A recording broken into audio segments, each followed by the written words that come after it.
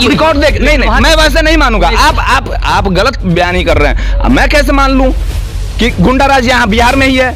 गुंडाराज आप उसका औसत निकाल के दिखाइए। अब मैं इसका औसत निकाल कर रखूंगा, उसके बाद आप मुझे बताइए ना के साथ। लेकिन ये मोदी जी वाला कभी जबरदस्ती बात मैं नहीं मानूंगा। लेकिन यूपी के सीएम जो है योगी आदित्यनाथ, उनका कहना है कि जो भी बड़े जो क्रिमिनल एक्टिविटी जैसे लोग हैं उनको टारगेट करते हैं, मुसलमानों को टारगेट नहीं करते हैं। वो ऐसे लोग जो है आतंकवादी किस्म के लोग हैं जो उससे संलिप्त पाए जाते हैं, उनको टारगेट करके उनके घर को बुलडोज किया जाता है। हमारे बिहार की जो मंत्रिमंडल का विस्तार हुआ है, इसको देख करके केंद्र के प्रधानमंत्री जी और हमारे अमित शाह जी जो तरीपार जी हैं, वो दोनों बौखला चुके हैं। सारे लोगों के पेट में दर्द हो रहा है कि एक कल का लड़का चाइना पे गए थे बॉर्डर पे लड़ाई करने के लिए, कि उनको मतलब फूल माला से वेलकम किया जा रहा है। ये शानदार भव्य।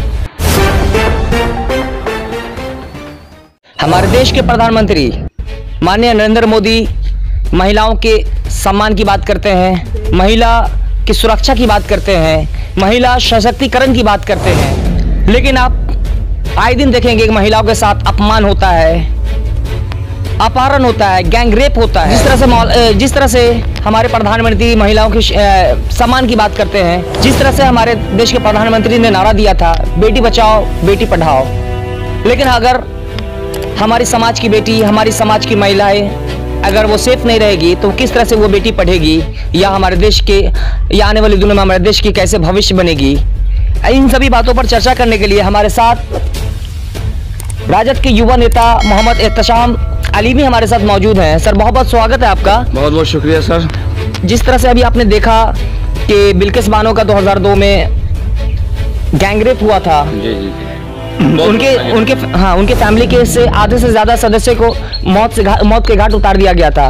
उनकी छोटी सी बच्ची की भी हत्या कर दी गई थी, लेकिन उसके जो दोषी हैं वो 11 के 11 दोषी जो है जेल में सजा काट रहे थे। लेकिन अभी 15 अगस्त के दिन आपने देखा होगा, जो अभी काफी चर्चा में अभी हाईलाइटेड में ये मामला है कि उनको जो बाइज्जत रिहा कर दी गई है। तो किस तरह से प्रधानमंत्री जहां महिला की सशक्तिकरण की बात करते हैं, महिलाओं के सम्मान की बात करते हैं, महिलाओं की अधिकार की बात करते हैं, लेकिन जो महिलाएं का जो के साथ जैसे अपमान हुआ, गैंगरेप हुआ, उनकी फैमिली के से आधे से ज्यादा लोगों को की हत्या ही हुई है, तो उसके दोषी को बाइज्जत बरी कर दी जाती है। और देख सकते हैं कि जो बीजेपी के एमएलए हैं गुजरात से, वो उनके हथियारों को जो है उनके सम्मान की बात करते हैं, वेलकम करते हैं कि जितने भी जो आरोपी हैं वो सब के सब ब्राह्मण हैं और जितने भी लोग हैं सब के सब लोग जो हैं संस्कारिक लोग हैं। इस तरह से करते हैं। और आप बताइए कि अगर ऐसे लोगों को अगर बाइज्जत बरी की जाती है और जो ऐसे लोगों को जो सम्मान देने वाले, फूलों से स्वागत करने वाले लोगों पर अगर कार्रवाई नहीं होती है, इसको आप किस रूप से देखते हैं आप? देखिए, सबसे बड़ी चीज़ है कि अभी हमारे मोदी जी 15 अगस्त के दिन लाल किला से बहुत ही संवेदनशील होकर करके ये भाषण दिए कि हम महिला का बहुत ही सम्मान करते हैं। बहुत ही मतलब एक तरह से देखा जाए तो बेटी पढ़ाओ बेटी बचाओ का एक नारा उन्होंने ही दिया, लेकिन पब्लिक ने विश्वास करके दिया था वोट। लेकिन उन्हें क्या मालूम कि पब्लिक ही उनकी जिन्हें हम वोट दे रहे हैं वही हमारे दुश्मन बन जाएंगे। आपको मैं बता दूं कि आपको पता होगा कि सेंगर कांड याद होगा, किस तरह से एक परिवार को मारने की कोशिश किया गया था। जब समझ सकते हैं कि सेंगर जो मतलब बीजेपी के एमएलए थे उस वक्त है ना, उनको बचाने के लिए जब वो सारे उनके एक लड़की बची थी विटनेस, तब उस केस को खोला गया, उस पर कार्रवाई हुई, तब जाके जेल भेजा गया ना कि अब रही बिल्किस बानो जी का जो बहुत ही दुर्भाग्यपूर्ण कांड है। लेकिन ये बताइए, ठीक है, और उस पर ये 15 अगस्त के दिन उनको मतलब कि रिहा किया गया। उसके बाद जा करके उनके कुछ लोगों ने कुछ लोगों ने स्पष्ट बोलिए ना, पत्रकारिता करते हैं, एकदम निष्पक्ष पत्रकारिता कीजिए, स्पष्ट। ये कुछ लोग नहीं है, उनके विधायक जो एक जाति समूह को बदनाम कर रहे हैं कि हमारे जातीय समूह के मैं भी उस जाति समूह को जानता हूं अच्छे से, वैसे जाति समूह के लोग वो कोई नहीं है जो इस चीज को बढ़ावा दे सकते हैं। ऐसे लोग को, दोषी को बढ़ावा देंगे, क्यों देंगे भाई? और रही बात कि जो मेरी बेटी की इज्जत से खेलेगा उसको मैं फूल माला दूंगा, ये कहाँ के संस्कार हैं? ये बीजेपी की ही संस्कार है। और मोदी जी के नहीं, माला फूल माला से इसलिए स्वागत किया गया कि वो बाइज्जत बरी हो गए, रिहा हो गए, वो अच्छी चीज है। वो कौन से जुर्म में गए थे? वो कोई चाइना पे गए थे बॉर्डर पे लड़ाई करने के लिए कि उनको मतलब फूल माला से वेलकम किया जा रहा है, ये शानदार भव्य। लेकिन जितने गोल्ड मेडलिस्ट हैं उनको कभी उनकी सैलरी भी पूछी जाती कि भाई आपके अकाउंट में सही सैलरी पहुंची? नहीं पूछेंगे मोदी जी हमारे। मोदी जी को क्या है कि मोदी जी के पास एक ही हथियार है बस, समझ सकते हैं ना, जो पूरे देश में चला रहे हैं। वो हथियार को हमारी प्यारी जनता जिस दिन नकार दिया, और बिहार से ये शुरुआत हो चुकी है नकारने की, और नकार रही है, नकार दिया। क्यों? पूरे देश में अगर सरकार नहीं बनती है तो वहाँ पे बहुत मतलब एकदम न्यूट्रल रहते हैं। अभी सरकार बन गई बिहार में तो कितना पेट दर्द क्यों हो रहा है पूरे केंद्र से लेकर राज्य तक के लीडर को? क्योंकि ये वही सुबुगाहट है। आपको याद होगा 1991 में जब शुरुआत हुई थी, लालू जी ने ही शुरुआत किया था। और ये बलिदान भी देख रहे हैं ना, तेजस्वी जी हमारे दे रहे हैं, ये बलिदान भी बहुत ही काम करेगी। और देखिएगा आगे 2024 में, 2024 की तैयारी हमारे, ये मंत्रिमंडल का जो विस्तार हुआ, ये मंत्रिमंडल के विस्तार को मत देखिए। जहाँ तक मंत्रिमंडल की बात कर रहे हैं तो आपके मंत्रिमंडल पे अभी जो महागठबंधन की सरकार बनी है और मंत्रिमंडल का जो ऐलान हुआ है उसमें आपके ही नेता पे, आपके मंत्री पर भी जो आरोप लग रहा है कि बहुत सारे आरोप हैं, उनको उनसे इस्तीफा देना चाहिए। और आपके जो तेजस्वी यादव जो डिप्टी सीएम है, वो जैसे अभी आपके औराई विधानसभा क्षेत्र के जो वर्तमान विधायक हैं, उनका आरोप है कि एक विभाग को चलाने में आदमी असक्षम होता है, वो एक डिप्टी सीएम जो है 4-4 विभाग कैसे संभालेंगे? चलिए इनकी बात का तो मैं बाद में जवाब दूंगा, लेकिन ये जो बिहार के हमारे कानून मंत्री जी पर जो अभी जो मतलब टिप्पणी हो रही है, मैं उस पर जवाब देता हूँ। हमारे मोदी जी मुझे स्पष्ट बताएं, ये नहीं कि कुछ मैं रिकॉर्ड के साथ बात करूंगा, स्पष्ट बताएं कि भाई 2014 में जो हमारे मतलब ये प्रधानमंत्री जो चुन कर गए थे, उस वक्त कितने दागी सांसद चुन के गए थे? इसका जवाब दे दे मुझे। उस वक्त आप लोग को मैं बता दूं, मैं अपनी प्यारे जनता को भी बता दूं, 180 दागी सांसद चुन करके गए थे इनके साथ कैबिनेट में, ठीक है।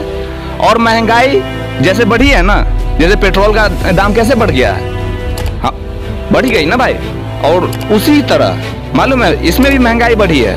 ये 180 का जो मतलब संख्या है, ये बढ़ करके कहां तक चला गया आज के डेट में? 233 पे। इसका जवाब दे दें हमारे मोदी जी।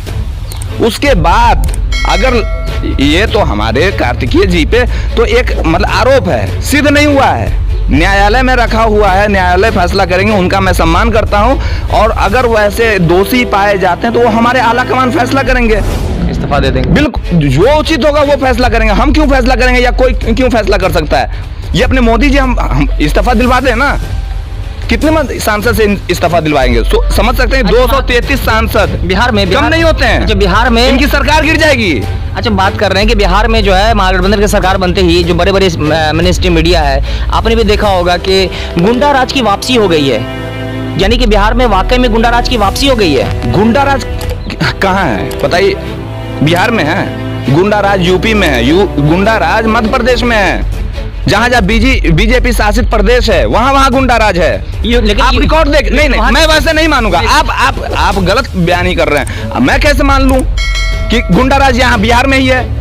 गुंडा राज आप उसका औसत निकाल के दिखाइए, अब मैं इसका औसत निकाल कर रखूंगा, उसके बाद आप मुझे बताइए ना के साथ। लेकिन ये मोदी जी वाला कभी जबरदस्ती बात मैं नहीं मानूंगा। लेकिन यूपी के सीएम जो है योगी आदित्यनाथ, वो उनका कहना है कि जो भी बड़े जो क्रिमिनल एक्टिविटी जैसे लोग हैं उनको टारगेट करते हैं, मुसलमानों को टारगेट नहीं करते हैं। वो ऐसे लोग जो है आतंकवादी किस्म के लोग हैं जो उससे संलिप्त पाए जाते हैं, उनको टारगेट करके उनके घर को बुलडोज किया जाता है। हाँ, मैं उसका आपको एक ही ज्यादा इन लोगों पर मैं बयान नहीं दूंगा, एक ही बात बता रहा हूँ। कुछ दिन पहले याद होगा एक यादव जी जो थे हमारे भाई, यादव भाई, जो आज जन्माष्टमी है, मैं बहुत बहुत शुभकामनाएं देता हूं कि जन्माष्टमी की बहुत बहुत मुबारकबाद। लेकिन आज के ही मतलब कि उस यादव भाई को हमारे मार दिया गया। उसका क्या आरोप था? इनकाउंटर कर दिया गया। बाद में वो निर्दोष साबित हुए। क्या वो योगी जी ला देंगे वापस? भाई मेरे इनकाउंटर उसको नहीं कहते हैं। गए ठाए ठाए मुंह से गोली चला रहे हैं, मुंह से आवाज निकाल रहे हैं, ठाए ठाए। बहुत वीडियो वायरल हुआ था, उसमें भी तो सवाल कर लिया कीजिए। भाई आप लोग मीडिया है, पत्रकारिता सही से कीजिए, अच्छे कीजिए, क्योंकि पब्लिक आपको सुनती है। यही मैसेज हमारे समाज में जाएगा। और रही बात कि हमारे बिहार की जो मंत्रिमंडल का विस्तार हुआ है, इसको देख करके केंद्र के प्रधानमंत्री जी और हमारे अमित शाह जी जो तरीपार जी हैं, वो दोनों बौखला चुके हैं। सारे लोगों के पेट में दर्द हो रहा है कि एक कल का लड़का तेजस्वी जी इतना बड़ा बलिदान कैसे दे दिया। हर कोई चाहता है कि जो जिसकी बड़ी पार्टी होगी वही मुख्यमंत्री बनेगा, लेकिन देखिए मुख्यमंत्री का ताज किसके सर पे दे दिया। आप जो बोल रहे हैं महागठबंधन में जो तेजस्वी यादव जो है बड़ी पार्टी होने के बावजूद जो है मुख्यमंत्री का जो पद जो है माननीय नीतीश कुमार को दिया, इस तरह से इंडिया भी ने क्या था, इंडिया के पास जो ज्यादा सीट थी उसके बावजूद उन्होंने जो वादा किया था तो मुख्यमंत्री नीतीश कुमार को बनाया था। मुख्यमंत्री नीतीश कुमार जी को बना दिया। दो जाहिल, मतलब दुर्भाग्यपूर्ण है। मुख्यमंत्री नीतीश जी को बना दिया नाम के लिए, और दो मतलब कि जाहिल उप मुख्यमंत्री दे दिया गया। ये तो दुर्भाग्यपूर्ण था हमारे बिहार का।